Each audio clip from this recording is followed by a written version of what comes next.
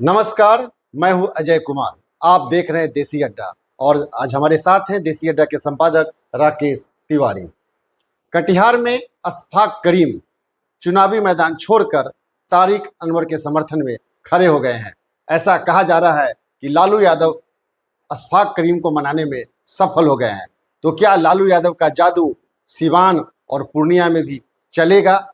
सिवान में हिना साहब को लालू यादव मना लेंगे या कुछ प्रेशर और दबाव बना के उन्हें चुनाव न लड़ने के लिए मजबूर करेंगे?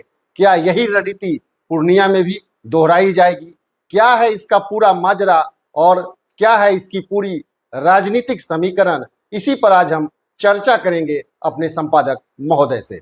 राकेश जी, क्या हो रहा है सिवान, पूर्णिया और ये कटिहार में? ये सब नई नई जो समीकरण बन रही है और नए नए खेल शुरू हो रहे हैं, क्या है इसके मायने? देखिए अजय जी, सिवान, पूर्णिया और कटिहार जी ये तीन ऐसा क्षेत्र है जहां आरजेडी के लोग ही बगावत पे थे। जी तो कटिहार में अशफाक करीम जो कि आरजेडी के नेता हैं, उन्हें विधान परिषद में नहीं भेजा गया पिछले बार जो हुआ, इसीलिए नहीं भेजा गया कि उन्हें एमपी का टिकट मिलेगा, वे आरजेडी से कैंडिडेट होंगे और चुनाव लड़ेंगे, ये आश्वासन उन्हें मिला था। अब इसके बाद अशफाक करीम चुनाव की तैयारियों में जुट गए थे। ये सीट कांग्रेस के खाते में चला गया। कांग्रेस मानने को तैयार नहीं हुई, राजी नहीं हुई। कटिहार सीट लालू यादव को छोड़ना पड़ा और जब कटिहार सीट छोड़े तो अशफाक करीम जो है वो बेपैदल हो गए, उन्हें टिकट नहीं मिला। अंत में ये भी कहा गया कि यदि कांग्रेस को भी ये सीट जाएगी तो उसके कैंडिडेट अशफाक करीम हो सकते हैं। जी जैसा कि अशफाक करीम ने अपने जो इंटरव्यू है उसमें ये सब बातें बताया है कि क्यों मैदान छोड़े हैं। अब तो उसके बाद जब ये परिस्थितियां नहीं बनी तो अशफाक करीम चुनाव लड़ने के लिए तैयार थे। वे निर्दलीय भी चुनाव पर्चा भर रहे थे। उनको लग रहा था कि कांग्रेस आएगा, कांग्रेस का सिंबल उन्हें आ जाएगा, मिल जाएगा, जहां से भी आश्वासन उनको मिल रहा होगा।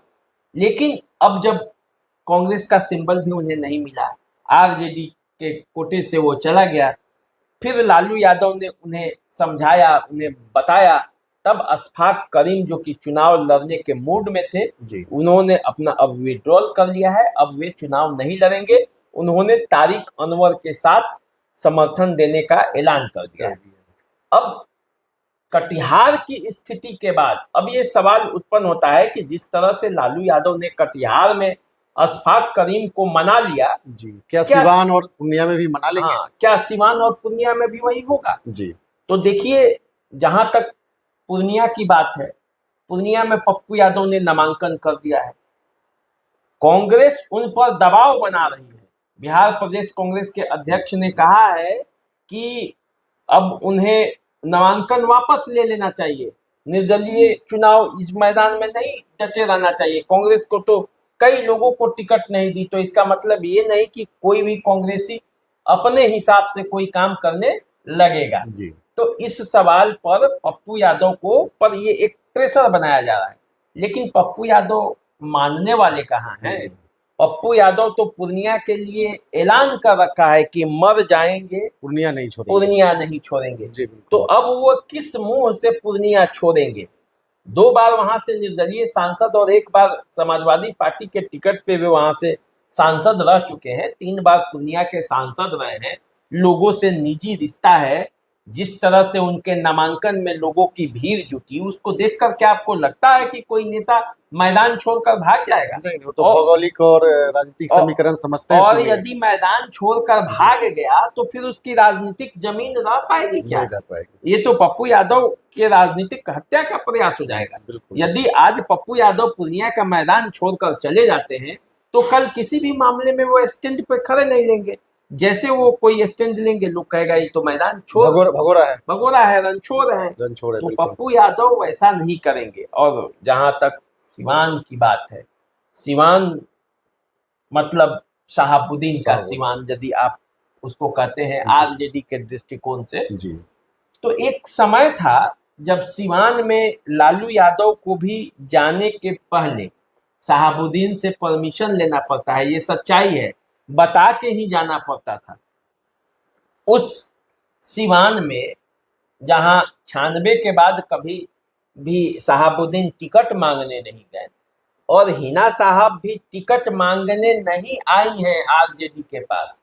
आपको क्या लगता है कि सिवान में हिना साहब आरजेडी के दरवाजे दरवाजे घूम के टिकट मांग रही थी? नहीं मांगी है। उनके समर्थकों का भी यही कहना है कि जिस साहब ने आरजेडी के लिए अपना खून पसीना बहाया, उसके लिए उस पार्टी से टिकट मांगना पड़े, पार्टी का टिकट गिरगिराना पड़े, तो वैसे जगह पे काम करने से क्या फायदा। इसीलिए हिना साहब बाहर हैं। उन्हें ये अंदेशा हो गया था कि आरजेडी अब उन्हें टिकट नहीं देगा, टिकट के लिए उन्हें दौड़ाया जाएगा, हो सकता है कि टिकट कट भी जाए। वो अपना जमीन पहले से ही तैयार कर रही तो है। इसलिए उन्होंने पहले ही अपना मैदान बदल दिया और कहा कि मैं निर्दलीय लड़ूंगी, सीवान की जनता मेरे साथ है। तो लालू यादव का प्रेशर तो उन पर पड़ेगा। कई बार बातें भी शायद फोन पे हुई है, जी। चर्चाएं मीडिया में आई है, जी। लेकिन उसका असर हिना साहब पर नहीं होगा। हिना साहब अब पूर्ण रूप से मन बना चुकी हैं कि उन्हें निर्दलीय ही चुनाव लड़ना है, किसी दल के टिकट पे भी वे चुनाव नहीं लड़ने जा रही है। AIMIM ने उनको ऑफर किया था टिकट, लेकिन वे उसका टिकट ठुकरा दी हैं। AIMIM ने उनको समर्थन दे रखा है। इसके अलावे पप्पू यादव ने उनको समर्थन दे रखा है कि हिना साहब के लिए वे यहाँ पे सिवान में चुनाव प्रचार करेंगे, हिना साहब के लिए आएंगे, उनके समर्थक हिना साहब के साथ लगेंगे। जो भी सिवान में समर्थक हैं वो न कांग्रेस के लिए लगेंगे न आरजेडी के लगेंगे, सिवान में वो हिना साहब के लिए लगेंगे, क्योंकि हिना साहब का व्यक्तिगत छवि है। और शहाबुद्दीन ने जो आरजेडी के लिए किया और उनके साथ आरजेडी ने जो किया, जो शहाबुद्दीन के समर्थक कहते हैं, उसके हिसाब से उनके मन में बड़ा टीस है, वो दर्द है कि जो पार्टी शहाबुद्दीन के लिए कुछ नहीं कर सकी, जिसको उन्होंने इसने सींचा, तो वो पार्टी दूसरों के लिए क्या करेगी। तो यही अंदाज है सिवान का। और हिना साहब पूरा अब तो मैदान में आ चुकी हैं और बोल रही हैं कि नहीं, वो डटेंगे नहीं, हटेंगे नहीं।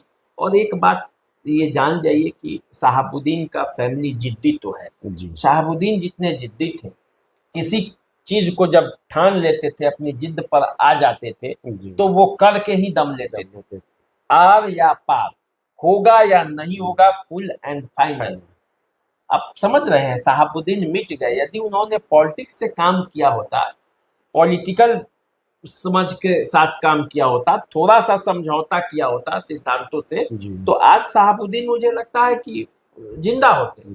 क्योंकि न उतने समय तक, लंबे समय तक वे जेल में रहते, न कोरोना के समय में वे जेल में रहते, न उन्हें कोरोना होता और न ये होता, वो तो बाहर आ गए थे। तो मतलब आपकी बातों से राकेश जी ऐसा लगता है कि लालू यादव कटिहार में तो तीर मार दिए हैं, जादू अपना चला दिए हैं, लेकिन सिवान और पूर्णिया में उनकी जादू शायद न चलेगी।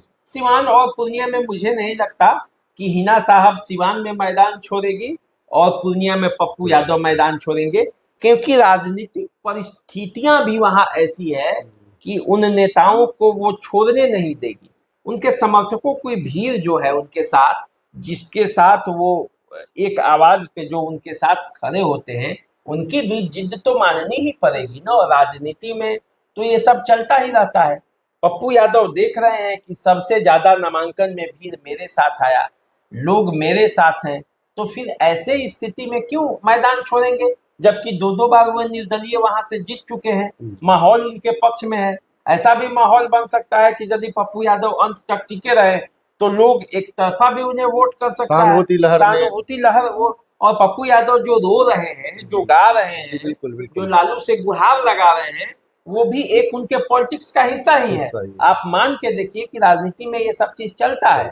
वो अंत तक ये लालू यादव के लिए कोई भी रास्ता छोड़ना नहीं चाहते हैं, जिसमें कल होके लालू यादव इस बात को कह सके कि पप्पू यादव ने मनमाने ढंग से किया, इसीलिए हमको उसको अलग करना पड़ा। पप्पू यादव माफी भी मांग रहे हैं, पप्पू यादव अपने आप को लालू यादव का बड़ा बेटा भी बता रहे हैं, पप्पू यादव वो सब कुछ करने के लिए तैयार हैं जो लालू यादव कर रहे हैं। केवल एक चीज नहीं करेंगे, एक चीज नहीं करना चाहते हैं कि वो पूर्णिया नहीं छोड़ेंगे, क्योंकि उन्होंने लालू यादव से पहले पूर्णिया के लोगों को जुबान दिया है। 1 साल पहले से वहां लगे हुए हैं, वहां 3 बार के सांसद हैं, तो उनका भी कोई ना कोई मोरल वैल्यू तो है। और पप्पू यादव तो अक्खर मिजाज के हैं, इसमें तो कोई ये नहीं है। पूरे सीमांचल में उनका एक पकड़ है। पप्पू यादव को एक कहा भी जाता है कि भाई वो मर्दाना जो कह देता है वो करता है।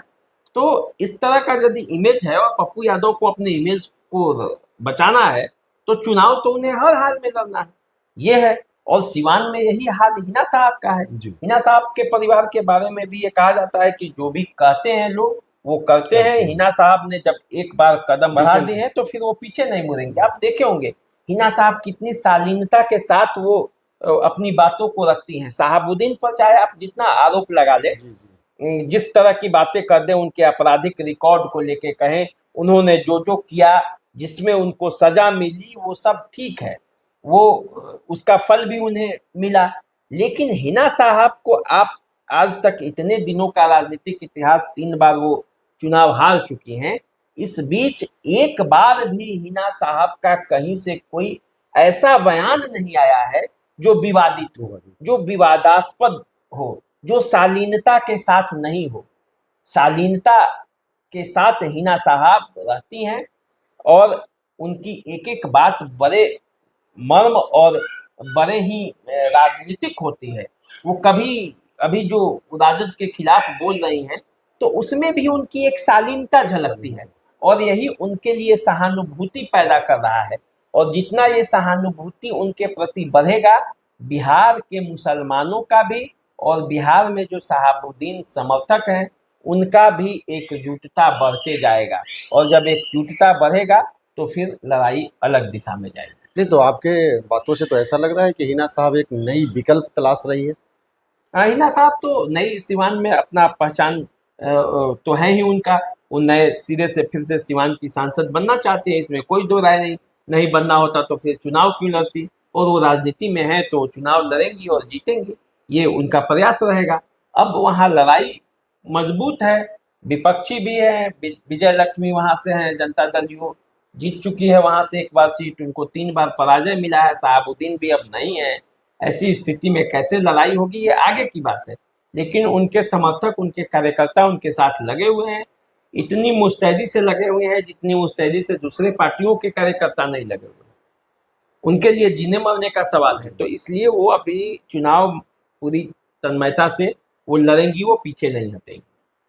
तो अभी हम बात कर रहे थे राकेश तिवारी जी से कटिहार, पूर्णिया और सिवान के बागी तेवर को लेकर। कटिहार में तो लालू यादव बागी तेवर को जो पनप रही थी उसको मनाने में सफल हो गए हैं। क्या लालू यादव का जादू सिवान और पूर्णिया में भी चल पाएगा, ये समय बताएगा। तो आप इंतजार कीजिए और हम दोनों का नमस्कार स्वीकार कीजिए। नमस्कार।